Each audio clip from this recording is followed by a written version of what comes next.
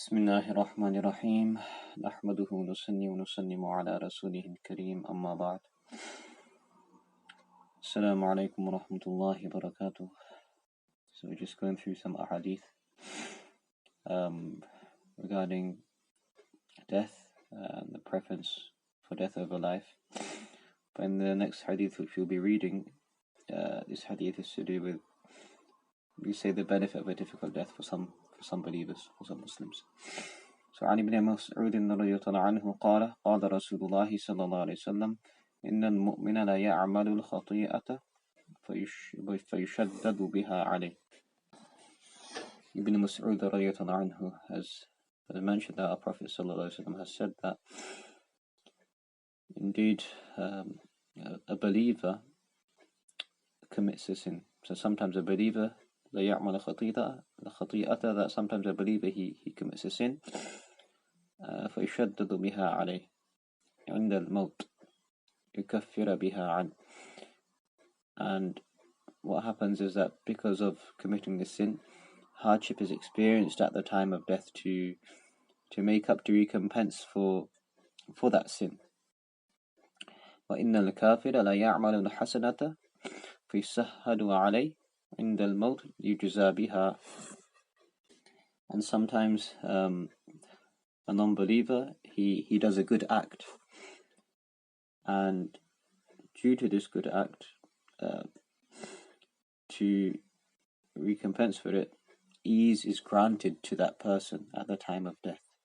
So ease is granted to the non-believer due to doing a good act at the time of death, to compensate for the good act which he done in the world.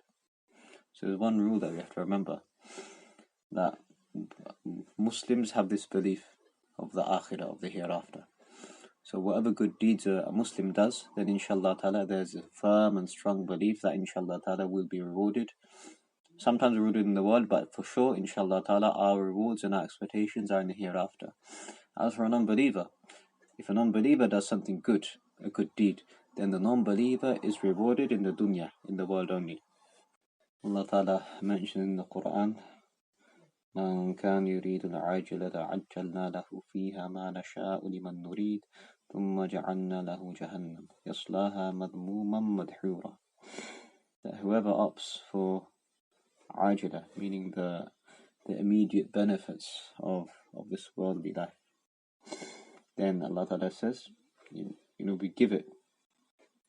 عَجَّلْنَا لَهُ فِيهَا مَا نَشَاءُ. We give it to him right here in that life as much as we will, to whoever we intend. So whoever wants the world and whatever it contains, and we'll give him the world and whatever he wants to whoever we will. And then Allah Ta'ala says, ثُمَّ جَعَلْنَا لَهُ جَهَنَّمَ. And after that we assign Jahannam for this person, that we assign the hellfire for this person, يَصْلَاهَا مَذْمُومًا مَدْحُورًا. And this is where this person shall enter condemned and discarded. So in other words, and then the verse after, Allah Ta'ala says, وَمَنْ أَرَادَ الْآخِرَةَ وَسَعَى لَهَا سَعْيَهَا وَهُوَ مُؤْمِنٌ فَأُولَٰئِكَ كَانَ سَعْيُهُمْ مَشْكُورًا. And whoever opts for the hereafter and makes effort for it as its due, while he is a believer, that he believes in Allah Ta'ala and he believes in our Prophet Sallallahu Alaihi Wasallam as the final messenger, then the effort of such people is appreciated. So like we mentioned, the first ayat, مَنْ كَانَ يُرِيدُ الْعَاجِلَةَ, that whoever wants the world, meaning this can only refer to someone who denies the hereafter, that whatever good that they do, they would want the rewards of that good in the world and not in the hereafter. So like this hadith mentions, that sometimes if there is an unbeliever who does a good deed, then Allah Ta'ala eases death for such a person due to the good deed which he's done, as a reward for in the dunya, as a reward for that non-believer in the world. So sometimes there might be a question which arises amongst people, that if Islam was true or is true, then why is it that they, like when they pass away, that we see them in a really tough and horrible state? And why is it sometimes that we see non-believers that, they're good people. They do a lot of charity work, but they don't have belief in Allah Ta'ala or the hereafter. But when they die, they have a really nice and pleasant death.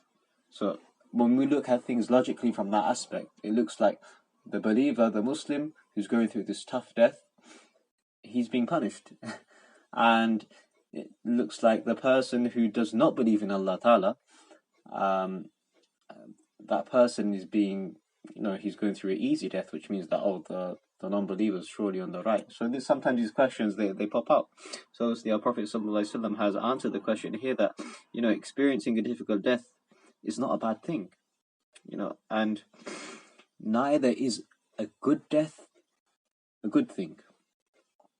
So no doubt should remain regarding a difficult death, as it's mentioned here that sometimes a difficult death is experienced by a Muslim due to the sins which a person has committed, and sometimes a good death is experienced by a non-believer due to the good which he done in the world.